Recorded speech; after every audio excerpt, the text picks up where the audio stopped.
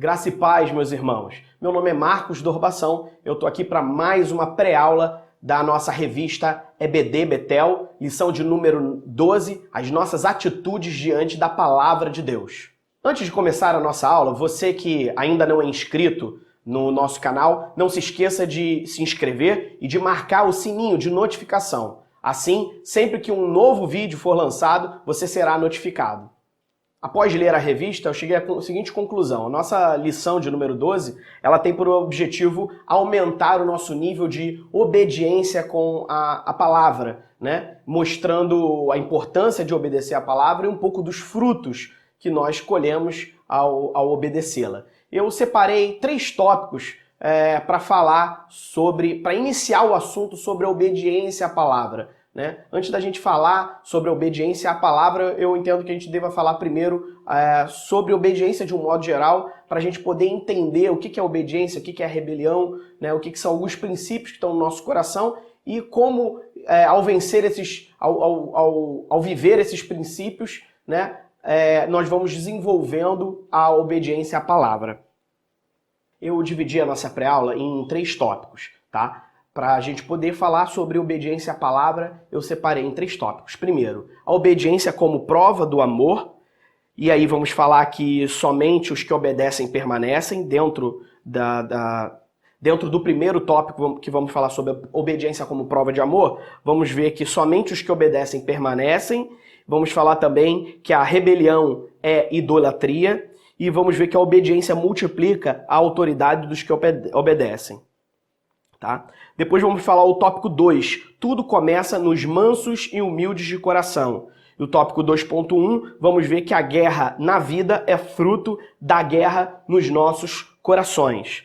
Tópico 3, vamos falar sobre o discernimento do bem e do mal, um fundamento para que a gente compreenda a palavra e então possa obedecer, é falar sobre o discernimento do bem e do mal. E aí vamos ver primeiro a cobiça do discernimento do bem e do mal, que todo homem tem a cobiça de compreender tudo, e depois vamos falar do discernimento do bem e do mal, que são para os adultos na fé. Tá? Então vamos lá, vamos para o tópico de número 1. A obediência é como prova do amor. Todo amor é provado por meio da obediência. O amor que não obedece é um amor teórico. Por exemplo, um pai quando tem um filho desobediente e o filho desobediente chega para ele e diz: pai, eu o amo, o pai certamente não acredita no amor do filho porque o filho não prova o seu amor por meio de sua obediência. É normal um pai falar: se você me ama, quero ver me obedecer. Então, é muito comum no relacionamento pai e filho, o filho desobedece, paga pela sua desobediência, e aí, quando o filho afirma de boca, né, que obedece, o pai então diz, quando o filho afirma de boca que ama o pai logo diz para o filho: se você me ama, então você deveria me obedecer.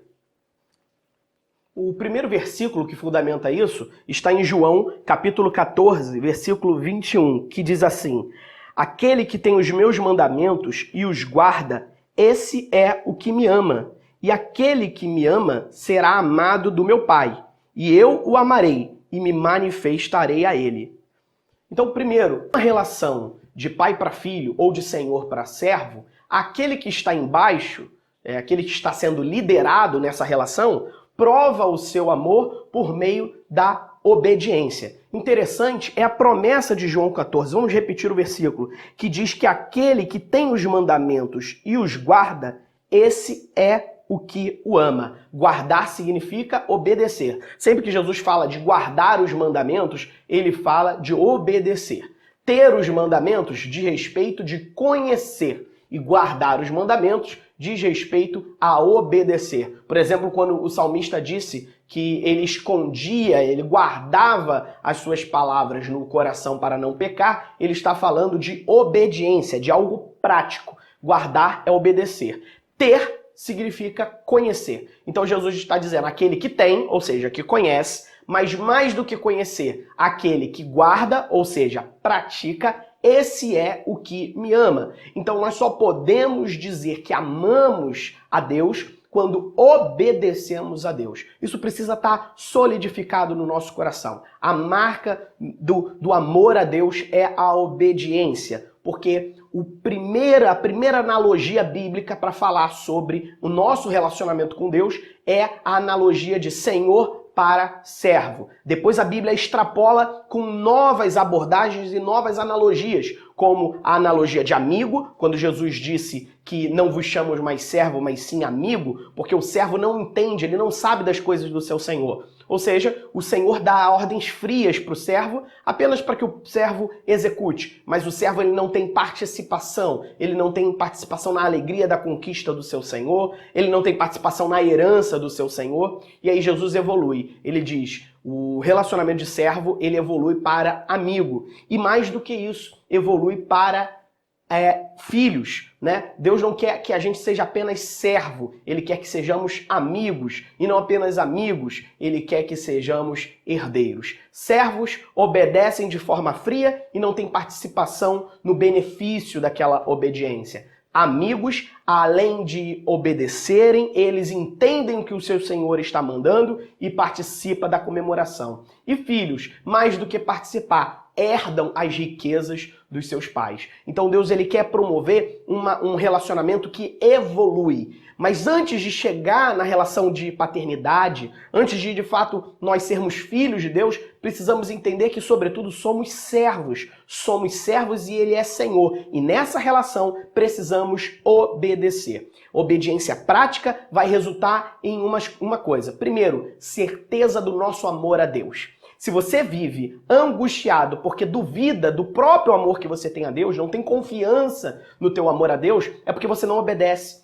No momento que a gente começa a obedecer ao Senhor, nós vamos vivendo uma espécie de paz, de confiança de que amamos a Deus, né? E mesmo tendo falhas, mesmo tendo limitações, mas nós vamos ganhando uma confiança. Por quê? Porque o nosso amor está sendo provado por meio da obediência. Mas olha a consequência da obediência. Não só provamos que amamos a Deus, mas olha só o que diz ainda o versículo. Ele diz que aquele que obedece, esse será amado do meu Pai.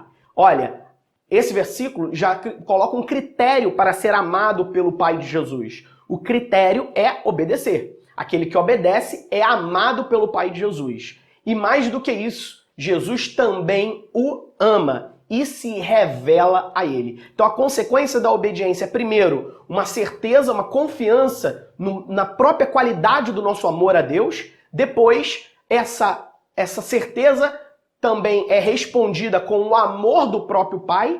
E o filho, ao vendo que o Pai ama, também ama e se manifesta a nós. Então a obediência produz, sobretudo, conhecimento de Deus, porque Jesus se revela a quem ama. Então entenda, às vezes a gente fica falando muito de revelação de Jesus, como se isso fosse acontecer aqui só no entendimento, como se a revelação de Jesus fosse só decoreba de assuntos, decoreba de instruções, né, de conhecimento, mas não é uma relação, uma transformação de caráter. Nós conhecemos o Pai, nós obedecemos os mandamentos de Jesus, então nosso amor, nós ganhamos uma sensação de qualidade do nosso amor para com Deus, e depois nós somos amados pelo Pai, e depois o Filho nos ama e se manifesta a nós. Então a obediência começa tudo, nela que começa toda a nossa relação com Deus, tá? Mas não para por aí. A outra marca da obediência é a permanência, né? Deus desejou fazer o homem para toda a eternidade. E a obediência é o que promove o vínculo com a eternidade. O homem que não obedece, ele vai perecer, ele vai ser destruído, ele vai ser exterminado. Mas a obediência conspira para a eternidade. Nós provamos que somos seres eternos em Deus à medida que obedecemos, porque Deus decidiu destruir o desobediente e Deus decidiu eternalizar os obedientes. Olha o que diz em Mateus capítulo 7, versículo 24 a 27. Diz assim: todo aquele, pois, que escuta estas minhas palavras e as pratica, assemelhá-lo-ei ao homem prudente, que edificou a sua casa sobre a rocha, e desceu a chuva, e correram os rios, e sopraram ventos, e combateram aquela casa, e não caiu, porque estava edificada sobre a rocha. E aquele que ouve estas minhas palavras e não as cumpre, compará-lo-ei ao homem insensato, que edificou a sua casa sobre a areia. E desceu a chuva, e correram rios, e assopraram ventos, e combateram aquela casa, e caiu. E foi grande aquela queda. Agora, esse texto todos conhecem, mas perceba o detalhe. Eu queria que vocês percebessem esse detalhe, porque nós temos a mania de tornar subjetiva o que de fato é ouvir a palavra, né? Nós, às vezes, temos a tendência de tornar subjetivo isso. Como é que é obedecer Jesus? O que é obedecer Jesus? Né? Esse texto, ele é bem claro. Ele não diz que tem dois tipos de pessoas, os que não ouvem a Jesus e os que ouvem. Não. Ambos, os dois, obedecem, ambos os dois ouvem a Jesus. Ambos escutam as palavras de Jesus. Porém, os que obedecem às palavras são considerados como o sábio que construiu a sua casa sobre a rocha, e o que não obedece é comparado com o insensato que construiu sobre a areia. No momento da tempestade, um permanece e o outro é destruído. Mas perceba a diferença. O que é destruído não é o que não ouviu. Até pode ser que os que não ouviram também de alguma forma sejam destruídos, mas a Bíblia não está falando dele. Está falando que os que ouviram e não obedeceram. Isso é muito importante. Por quê? Porque é muito comum aqueles que ouvem terem a sensação que porque conhecem do assunto, então, de fato, sabem o assunto. Toda vez que a Bíblia fala de saber, como eu já disse, de guardar, ela está falando da prática. Então, às vezes, como diz o próprio texto em Tiago, que a gente não deve ser ouvinte, mas praticante, porque aquele que é ouvinte, ele engana-se a si mesmo. Por que engana a si mesmo? Porque ouvir dá a impressão de que a gente sabe, né? Você fala todo dia pro teu filho, e ele diz, eu já sei, pai, eu já sei, mas ainda não obedeceu. E você sabe que ele não sabe, por quê? Porque o que ele diz saber não se reproduz, não se apresenta pela obediência, né? Ele diz que sabe, mas não obedece. Então você sabe que ele não sabe. Mas ele acha que sabe porque ele ouve aquilo todo dia. A experiência do ouvir dá a nós a sensação de que nós sabemos, de que nós estamos comprometidos com a palavra. Isso precisa ser tirado, isso é um fundamento. Às vezes está no nosso coração, a gente simplesmente vive dessa forma, né? Eu conheço isso, mas não conhece. Por quê? Porque não está praticando. Você só conhece a palavra se você ouve e pratica. Aí você é o sábio que constrói a sua casa sobre a areia, sobre a rocha. Se você ouve e não pratica, é como um insensato, um tolo, tá? Então, olha aí mais uma vez a Bíblia falando sobre obediência. Então, permanece aquele que obedece. Então, obediência, ela tem a ver com tudo que é eterno. Tudo que é rebelião é passageiro. Tudo que é obediência é eterno. Porque a obediência, ela conspira a favor da eternidade. Isso é muito tremendo, tá? A outra parte sobre a obediência é a rebelião, é idolatria. Eu queria que você abrisse aí também em 1 Samuel 15, 23 diz assim: porque a rebelião é como o pecado de feitiçaria, e a arrogância é como iniquidade e idolatria. Tá? Outra coisa que a gente precisa pontuar é que a obediência surge no coração que não possui idolatria. Obediência é fruto do arrependimento à idolatria. E é melhor você entender isso. Porque a Bíblia diz aqui no versículo que nós lemos que a rebelião é como pecado de feitiçaria e a arrogância como idolatria. Então, por que rebelião é feitiçaria? É idolatria?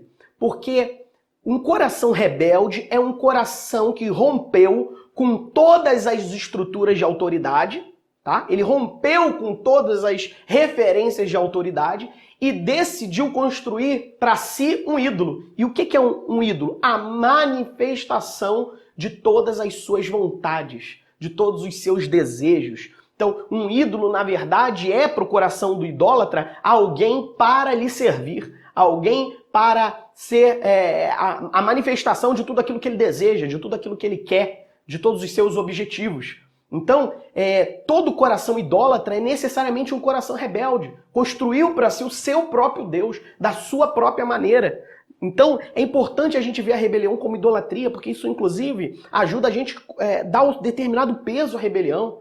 Às vezes a gente é rebelde em muitas situações, nós andamos do nosso próprio entendimento, a gente ignora o que a Bíblia diz, sabe? Como se Deus não tivesse sabedoria, como se tivesse mais sabedoria do que Jesus. A gente vive o nosso próprio estilo de vida. E por que vivemos dessa forma? Porque estamos construindo nossos ídolos, né? E construímos nossos ídolos por meio do que aprendemos, por meio do conhecimento acumulado, por meio das pessoas que nos servem, se às vezes temos uma relação de liderados, de liderança e liderado, somos líderes na igreja, então desenvolvemos também nessas pessoas que nos obedecem uma relação de idolatria. Queremos que as pessoas que nos obedecem sejam a manifestação de todos os nossos desejos.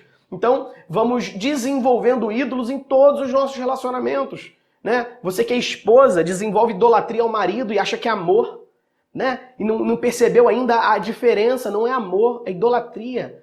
Medo de perder, medo de ciúmes exagerados, tudo isso é marcas da idolatria dentro do coração. Né? O marido que não é hiperpossessivo, controlador, é um idólatra, acha que a sua esposa estará para o seu próprio serviço. Então, ele desenvolveu na sua esposa idolatria também. Então, quando nós nos arrependemos da idolatria, começamos a viver a obediência. A idolatria é exatamente exagerarmos o nosso eu, o nosso ego e a nossa soberba. Fazer tudo em função de nós. E a obediência é começar a viver em função do outro. Enquanto que a idolatria conserva a soberba e aumenta quem somos e diminui os outros, a obediência aumenta os outros e nos diminui. Então, a obediência é uma ferramenta para humilhar, para nos tornar humildes, né? E de fato nos tornarmos aprovados para Deus e úteis, né? Porque um rebelde é inútil para Deus. Na verdade, um rebelde é propriamente inimigo de Deus. Agora, outra coisa muito interessante sobre a obediência, sobre a autoridade e que diz respeito aos nossos relacionamentos de um modo geral, tá? É que a obediência, tópico 1.2, a obediência multiplica a autoridade de quem obedece, tá? Gente, eu queria que vocês prestassem bem atenção nisso aqui. O modelo de autoridade para o mundo é o modelo da rebeldia. Por exemplo, você está no meio social, no trabalho, e às vezes até dentro da igreja, a pessoa que não se sujeita a ninguém é vista em geral como uma pessoa de autoridade. Por que ela é vista como uma pessoa de autoridade? Porque se ela não se sujeita a ninguém, provavelmente ela é a maior de todas. Então, no mundo, nós construímos um modelo de autoridade que é dado àqueles que, às vezes, são rebeldes. Aqueles que vivem uma vida de rebeldia são considerados autoridade. Por quê? Porque não obedecem a ninguém. Então, se não obedecem a ninguém, eles são os maiores chefes, são os maiores líderes, não obedecem a ninguém. Mas interessante é que o modelo de autoridade de Deus é um modelo onde é dado autoridade a quem já está debaixo de autoridade. Só é dado autoridade àqueles que obedecem. Aqueles que não obedecem não possuem a autoridade de Deus. Então vamos ver esse modelo na Bíblia? Abra comigo aqui em 1 Coríntios, capítulo 11, versículo 3. Diz assim: mas quero que saibais que Cristo é o cabeça de todo homem, o homem o cabeça da mulher, e Deus o cabeça de Cristo. Então olha só, quando a Bíblia fala de obediência da esposa para o marido, por que ela fala da obediência da esposa para o marido? É só disso que ela fala? Não. A Bíblia vai falar também que o marido, ele deve obediência a Jesus. Porque da mesma forma que o marido é o cabeça da mulher, Jesus é o cabeça do marido. Mas e Jesus? Não obedece a ninguém? Não. Deus é o cabeça de Jesus. Deus é o cabeça de Jesus. Então, e aí se você perguntar, então Deus não obedece a ninguém? Não, Deus obedece. A quem Deus obedece? A sua própria palavra. Deus, por ser perfeito, institui a sua própria palavra, que é manifestação da pura justiça e verdade, que é a expressão do seu caráter, e se sujeita à própria palavra que ele mesmo estabelece. De maneira que todo o reino de Deus é um reino de sujeição e não há ninguém que fale em nome de Deus que não esteja debaixo da autoridade de alguém.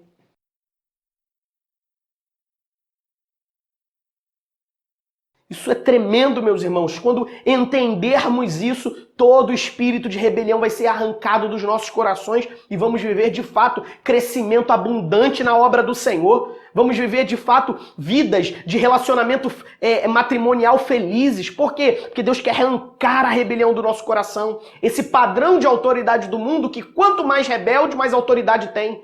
Mas o padrão de Deus é dado autoridade a todo aquele que está debaixo de autoridade. Porque é quando uma autoridade aprova aquele que está debaixo, este que está debaixo está pronto para ter outros debaixo dele. Então, a autoridade é dado a quem obedece e não a quem é rebelde, como o padrão do mundo. Agora, olha que interessante ainda. Hebreus capítulo 5, versículo 9 diz: e tendo sido aperfeiçoado, tornou-se autor da salvação eterna para todos os que lhe obedecem. Olha só, mais uma prova de que quando obedecemos, passamos a ter autoridade para que outros nos obedeçam. Olha que interessante isso. O versículo 9 de Hebreus 5 diz que Jesus, tendo sido aperfeiçoado, tornou-se autor da salvação eterna de todos os que lhe obedecem. Então, todo mundo que obedece a Jesus é herdeiro dos frutos da obediência de Jesus ao Pai. Meus irmãos, isso é glorioso. Quando nós obedecemos a Jesus, herdamos os frutos da obediência que Jesus tem do Pai. Por quê? Porque Jesus foi aperfeiçoado em obediência e agora todos que obedecem a Jesus herdam a salvação. Aleluia! Mais um texto que prova essa relação de que uma vez aprovado na obediência, passamos a ter autoridade. Vamos ver agora esse texto claro a respeito de como isso aconteceu em Jesus. Filipenses, capítulo 2, versículo 5 ao versículo 10. De sorte que haja em vós o mesmo sentimento que houve também em Cristo Jesus, que sendo em forma de Deus, não teve por usurpação ser igual a Deus, mas esvaziou-se de si mesmo, tornando a forma de servo, fazendo-se semelhante aos homens. E achado na forma de homem, humilhou-se a si mesmo, sendo obediente até a morte e morte de cruz. Por isso também Deus o exaltou soberanamente e lhe deu um nome que é sobre todo o nome, para que ao nome de Jesus se dobre todo o joelho dos que estão nos céus e na terra e debaixo da terra. Então, olha só, meus irmãos, Jesus passou por todas as experiências de humilhação. Ele era Deus, se tornou homem, não se apegou ao fato de ser Deus, humilhou-se a si mesmo, tomou a forma de homem, foi crucificado e morreu em morte de crucificação. Todos os níveis de humilhação Jesus passou. Aí o versículo diz que por isso também Deus o exaltou soberanamente e lhe deu um nome que é sobre todo nome, para que ao nome de Jesus todo joelho se dobre. Olha, o versículo é claro. Por isso. Consequência. Qual a consequência da humilhação, da auto-humilhação e de todo o sofrimento de Jesus e toda a obediência ao projeto do Pai para o Filho? Qual é a consequência dessa humilhação? Ganhou um nome que é sobre todo nome. Jesus foi exaltado. Jesus é humilhado. Jesus é exaltado. Jesus é humilhado, mas leva a obediência até o final. É aprovado na obediência. Obedeceu até a morte. O versículo é claro, explícito. Obedeceu até a morte. O que acontece com Jesus que obedece até a morte? Exaltado. Tem uma autoridade. Ganha uma autoridade e todo o joelho se dobra diante dele. Meus irmãos, isso é tremendo. Olha, depois desse texto, não pode haver espaço no nosso coração para rebelião, porque precisamos ter clareza de que a autoridade com os nossos filhos, a autoridade com o nosso rebanho, a autoridade com a nossa esposa, com a nossa família, é fruto desse caráter manso, humilde, que foi construído em Jesus e é construído em nós. E quando isso acontece e somos obedientes até a morte, a consequência disso é autoridade. Um nome, ganhar um nome com autoridade. É o que aconteceu com Jesus e é o modelo pelo qual ele reflete nos seus servos. Todos os apóstolos foram assim, sofreram e ganharam autoridade. Foram humilhados, permaneceram obedientes e cresceram em autoridade. Então, a autoridade é uma consequência não do rebelde, não para o rebelde, a autoridade é dada para os obedientes. E quanto mais obediência, quando ela é provada até o último nível, então mais autoridade é dada para estes. Bem, no momento que a gente já entendeu sobre obediência, entendemos aí o espírito de rebelião, que a rebelião é feitiçaria, a rebelião é idolatria, agora vamos ver um pouco a respeito de como deve estar então esse coração. O coração que não é mais rebelde, começou a obediência, qual é a consequência? Né? O tópico 2 eu chamei como título, tudo começa nos mansos e humildes de coração. Vamos ler Mateus capítulo 11, versículo 29. Tomai sobre vós o meu jugo e aprendei de mim, que sou manso e humilde de coração, e encontrareis descanso para as vossas almas. Então, como que a obediência encontra espaço no nosso coração? Por meio da mansidão. Jesus, ele disse que tudo começa na mansidão. Por que tudo começa na mansidão? Porque a mansidão gera um fruto. A mansidão gera um fruto, o fruto da paz. Jesus disse, aprendei de mim, que sou manso e humilde de coração, e encontrareis descanso para as vossas almas. As pessoas buscam descanso de muitas formas, mas só existe uma forma, a mansidão. Por que a mansidão produz paz? Paz tem a ver com governo. O que é uma nação que tem paz? É uma nação governada por justos. Né? Feliz é a nação cujo Deus é o Senhor. Quando o justo governa, o povo é abençoado. Quando o ímpio governa, o povo sofre. Quando o justo governa, a nação tem paz. Quando o ímpio governa, a nação tem guerra. Então, quando você quer falar de paz na Bíblia, você tem que falar de governo. A mansidão é um estado de coração de Jesus que ele quer que todos os seus discípulos tenham. É um estado de coração daqueles que receberam o governo de Deus. Se Deus governa, então é produzido mansidão. Mansidão como um cavalo que permite ser guiado, assim é o manso. Manso não é o calmo, necessariamente, nem quer dizer que o nervoso, o irritado, o irritadiço, necessariamente não é manso. Manso é aquele que obedece. Se você se deixa guiar, se você obedece, então você é manso. E como consequência dessa mansidão, você começa a experimentar paz. E de fato não existe vida cristã sem paz. Não existe. Quem não tem paz não começou a vida cristã.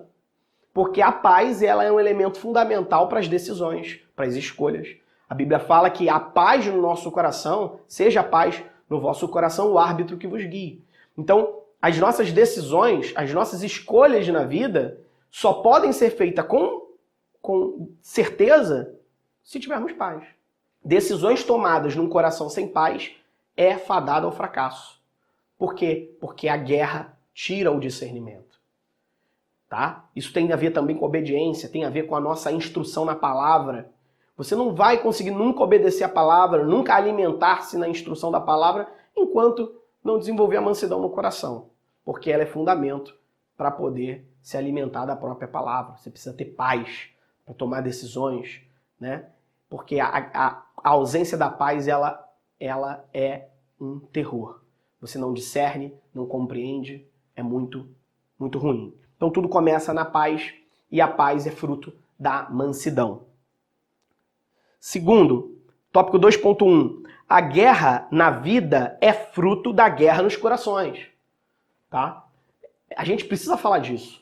Olha o que diz em Tiago capítulo 4, versículo 1. De onde vêm as guerras e contendas que há entre vocês? Não vêm das paixões que guerreiam dentro de vocês? E olha o que Tiago está falando. Ó, a guerra que existe entre vocês, na verdade é o quê? É guerra das paixões que estão dentro do coração de vocês. Em outras palavras, se há guerra no coração, há guerra na vida. É claro isso. Existe guerra no coração? Existe guerra na vida. Existe paz no coração? Existe paz na vida. Pode ser do lado externo, você pode estar vivendo uma guerra, mas você vai ver com a paz que excede todo o entendimento. Então o apóstolo Tiago está dizendo, olha, cuidado, a guerra entre vocês é fruto da guerra no coração de vocês. Da mesma forma que Jesus diz, olha, a paz dentro de vocês é fruto dessa mansidão, esse espírito que se permite ser guiado, sobretudo pela palavra, que permite ser guiado pela palavra. Então é isso aí, tá? Tópico 3, discernindo o bem do mal. Mas o tópico 3 é sobre discernindo o bem e o mal. Eu quero falar sobre isso porque a gente, muitas das vezes, tem um contato com a palavra até errado, tá? Não é incomum nós encontrarmos pessoas com muito conhecimento teórico da palavra, mas uma vida que não é modelo, uma vida que não é inspiração. Existem pessoas que têm um conhecimento tremendo, mas a vida não inspira. Por que a vida dessas pessoas não inspiram? Porque às vezes o conhecimento dela é fruto de uma cobiça do discernimento do bem e do mal. Então vamos falar sobre isso. Isso aqui é essencial. Porque o nosso engajamento na palavra, não basta o nosso engajamento na palavra. O nosso engajamento na palavra precisa estar correto. Porque se o nosso desejo pela palavra não estiver com o coração correto, a gente também se enche de conhecimento, tem todos os mandamentos de Jesus, mas não guarda nenhum. Porque a intenção do coração, ao se relacionar com a palavra, também diz muita coisa. Então, primeiro, vamos abrir aqui para entender sobre a cobiça do discernimento do bem e do mal. Gênesis, capítulo 3, versículo do 1 ao 5, tá? Olha o que diz aí, meus irmãos. Ora, a serpente era mais astuta que todas as alimárias do campo que o Senhor Deus tinha feito. E esta disse à mulher, é assim que Deus disse, não comereis de toda a árvore do jardim? E disse a mulher à serpente, do fruto das árvores do jardim comeremos, mas do fruto da árvore que está no meio do jardim, disse Deus, não comereis dele, nem nele tocareis, para que não morrais. Então a serpente disse à mulher, certamente não morrereis, porque Deus sabe que no dia em que dele comerdes, se abrirão os vossos olhos, e sereis como Deus, sabendo o bem e o mal. Então olha só. Primeiro, vamos fazer a seguinte consideração. Eva foi tentada pela serpente para comer do fruto que foi proibido pelo Senhor. Tá? Mas deixa eu fazer uma pergunta. Ela é motivada pelo conhecimento do bem e do mal. Porque a serpente fala, olha, no dia que comeres... A serpente ainda diz que ele é mentiroso. Ela disse que no dia que ela comesse, ela morreria. E a serpente disse, certamente não morrereis. Mais do que isso, se você comer, você vai conhecer o bem e o mal. Se você não conhece o bem e o mal, você não discerne entre um e outro. A serpente está falando sobre discernimento entre bem e mal. Deus não aparecia todo dia, na virada do dia? Na virada entre um dia e outro, Deus não aparecia? Não conversava com Adão? Não conversava com Eva? Aí a pergunta fica, será que as conversas de Deus com o homem não instruíam o homem? Não lhe davam conhecimento? Não lhe faziam aprender? Certamente que sim. Certamente que todas as vezes que Deus aparecia na viração do dia e conversava com o homem, instruía o homem. Porque Deus quer que o homem seja capaz de discernir entre o bem e o mal. Esse é o objetivo. Nós vamos ver mais para frente isso agora. Que o objetivo de Deus é que a gente amadureça a ponto de discernir o bem do mal. Mas o diabo propõe uma maneira de discernir o bem do mal. Qual maneira? A rebeldia. Então, olha só que interessante. O diabo usa da rebeldia para ensinar a diferença do bem e o mal para o homem. Mas Deus usa a obediência para revelar, para dar o discernimento entre o bem e o mal. Vamos ver como Deus usa a obediência? Tá claro aqui? Satanás oferecendo a desobediência, a rebelião, para que Eva conheça o bem e o mal. Agora olha só o que diz Deus aqui, já entrando pelo tópico 3.2, que é o discernimento são para os adultos. Olha o que diz Hebreus capítulo 5, versículo 13 e 14. Quem se alimenta de leite ainda é criança e não tem experiência no ensino da justiça.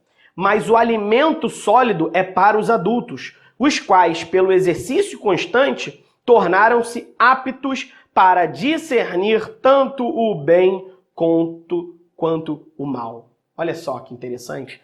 A Bíblia está dizendo que o leite, ele é alimento de criança. A criança não está experimentada no ensino da justiça. Não sabe praticar a justiça de Jesus. Então vamos resumir aqui a justiça de Jesus. Qual é a justiça de Jesus? É amar. Basicamente Coríntios 13. É viver a lei do amor. É amar incondicionalmente. É amar com o amor de Deus. Certo? É amar o próximo como a nós mesmos. E até mais do que isso, porque Jesus fala que ele nos amou a ponto de dar a vida dele por nós e disse que devemos amar como ele amou.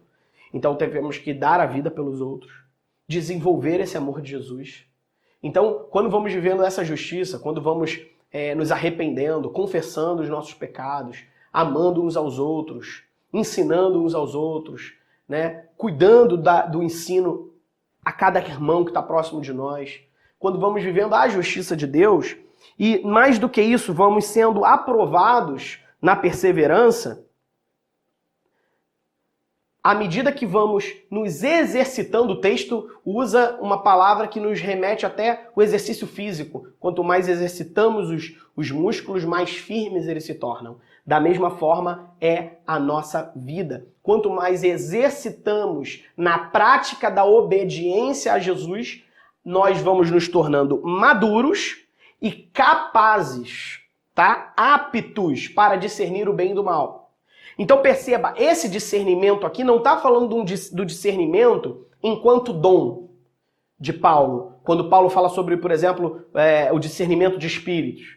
Ele não está falando de discernimento enquanto dom espiritual. Ele está falando de um discernimento que tem a ver com o amadurecimento, a construção do caráter do adulto espiritual. Daquele que desenvolveu um caráter solidificado, frutos de decisões e escolhas constantes na palavra, na obediência na palavra, no exercício da fé prática, obedecendo. Jesus mandou perdoar, perdoa. Jesus mandou se arrepender, se arrepende. Jesus mandou confessar pecado, confessa. Jesus pegando os mandamentos de Jesus e obedecendo e praticando, amando quem não te ama, servindo aos teus inimigos, orando pelos teus inimigos, guardando o teu coração da ira, da raiva, da cólera, do ódio, amando até quem não lhe ama. Quando você vai exercitando os mandamentos de Jesus, você vai amadurecendo e aí você começa a discernir o bem do mal. Então, olha como o reino das trevas é a antítese do reino dos céus. O reino das trevas diz, você pode conhecer o bem do mal se desobedecer. Você é capaz de discernir o bem do mal. E o reino de Deus diz, você é capaz de discernir o bem do mal quando for experimentado, quando for exercitado na obediência. Tá? Esse, sem dúvida, é uma marca tremenda entre o conhecimento do bem e do mal sobre a rebelião e o conhecimento do bem e do mal na prática da justiça de Jesus. Isso é fundamental para o nosso engajamento na palavra. Para finalizar esse texto de Hebreus, ele fala que essa obediência precisa ser provada, exercitada, porque existe uma outra coisa interessante.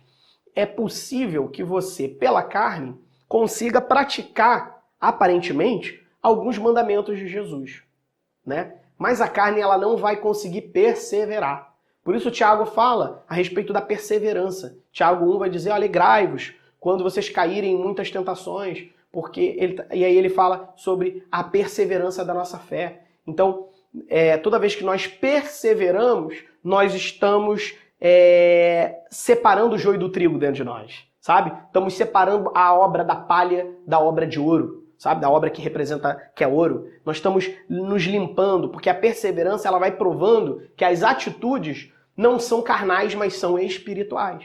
Porque você pode dar a outra face um dia. Você pode dar a outra face 2 dias. Mas Deus não quer que você dê uma nem duas. Ele quer que você persevere em dar a outra face. E aí, quando você persevera, você é aprovado. E aí, essa aprovação testificou que você não deu a outra face por um mero fanatismo religioso. Você deu a outra face porque você está amando como Jesus ama. Deus em Cristo vos abençoe e tenha uma excelente aula. Que Deus abençoe vocês e todos os vossos alunos. Sejam abençoados e que essa palavra entre no nosso coração e que o ensino de Jesus revolucione as nossas vidas. Fica com Deus, um abraço e até a próxima aula.